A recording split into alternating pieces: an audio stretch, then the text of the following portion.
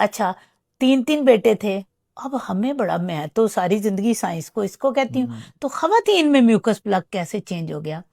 اس کے اوپر جب دیکھا تو مرد میں 50% ہی وائی سپرم ہے، 50% ہی ایکس ہیں. ٹھیک ہے. دونوں ہی ہوتے ہیں. اب ایکس کی رفتار کیسی ہے، وائی کی کیسی ہے، لیکن جب انہوں نے گیٹ سے گزرنا ہے تو ایکس بھی گزریں گے، وائی بھی گزریں گے.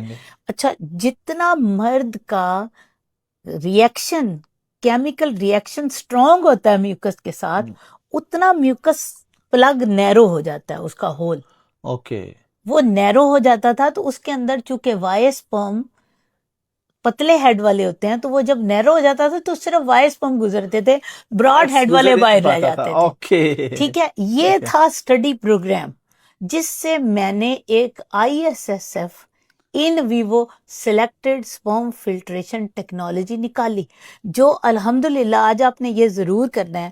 بے شک میں کھلا چیلنج کر رہی ہوں ان لوگوں کو جو مجھے دیکھ بھی رہے ہیں کہ آپ لوگ میرے جو ریویوز ہیں ان کے اوپر جن لوگوں نے دیے ہیں، سب سے زیادہ جینڈر سلیکشن کے اوپر پازیٹیو ریویوز اس ٹیکنالوجی کو ملے ہیں.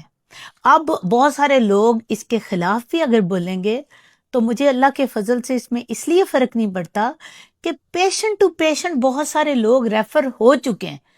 اگر میں نے اس ٹیکنالوجی سے آپ کی فیملی کا کسی کا کیا بچہ، اس کا اللہ کی رحمت سے اس طریقے سے ہوا، تو 10 اور ریفرل ہیں، اس کے بعد بہت سارے ہیں. یعنی 1 on 1 11 سالوں سے میں اس ٹیکنالوجی پہ کام کر رہی ہوں.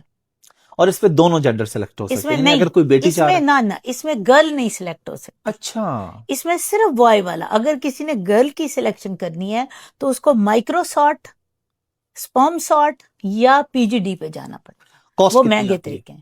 جو یہ والا طریقہ کار ہے جس پہ میں نے ISSF بتایا، اس میں $1100 کے ایکولنٹ کاسٹ آتی ہے، جو تقریباً 2.5 لاکھ بنتا ہے. ٹھیک ہے، ٹھیک ہے، 2.5-3 لاکھ روپے جو بھی ہے. میں غلط بھی کہہ سکتی ہوں، ہم نے اس لیے رکھا. IT والے لوگ ہیں نا، ڈالرز میں کام کرتے اچھا ہیں، ڈالرز کو ملٹی پلائی